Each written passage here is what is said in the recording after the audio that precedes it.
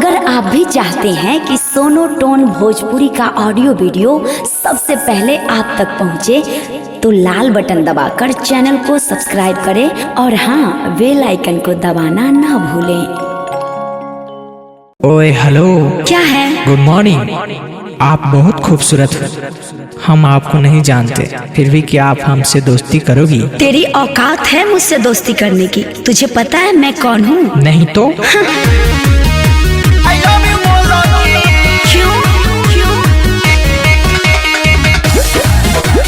Mixed by Deepak Dilkash।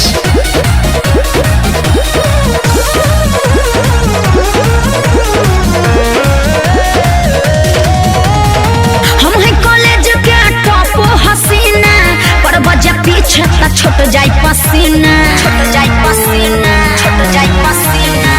तेरे झांसे में ना मैं आऊंगी, ऐसे ना मुझको सताओ कमीना। मेरे लिए दिल का दरवाजा खोलोगी? क्यों? मेरे लिए दिल का दरवाजा खोलोगी? भागते हो कि नहीं यहाँ से? एक बात की होगी तो आई लव यू बोलोगी? एक बात की होगी तो आई लव यू बोलोगी? चल हट पागल कहीं का।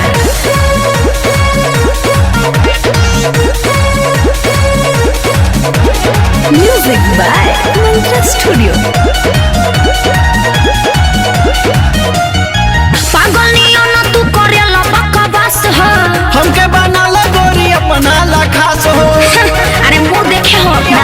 ला खास हो। भाई से कह के करा दे हम मर्डर। प्यार के काहे न करे लुको दो? काहे करे? मेरे प्यार की धुन में जाना तुम भी डोलोगी?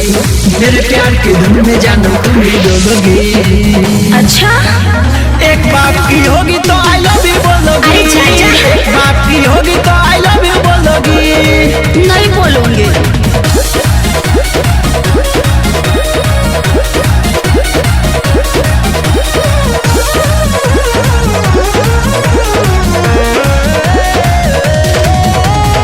तोहके बैठाइब थाना संजय सवरिया। दिल के फिल हमरा बुझो ये गोरिया। ओहो पागल क्यों बनते हो? ये गोरिया कर कबूल नहीं तोहर हम प्यार के। चिन्हत नहीं को गोरी सागर कुमार के। अरे बाग हो का?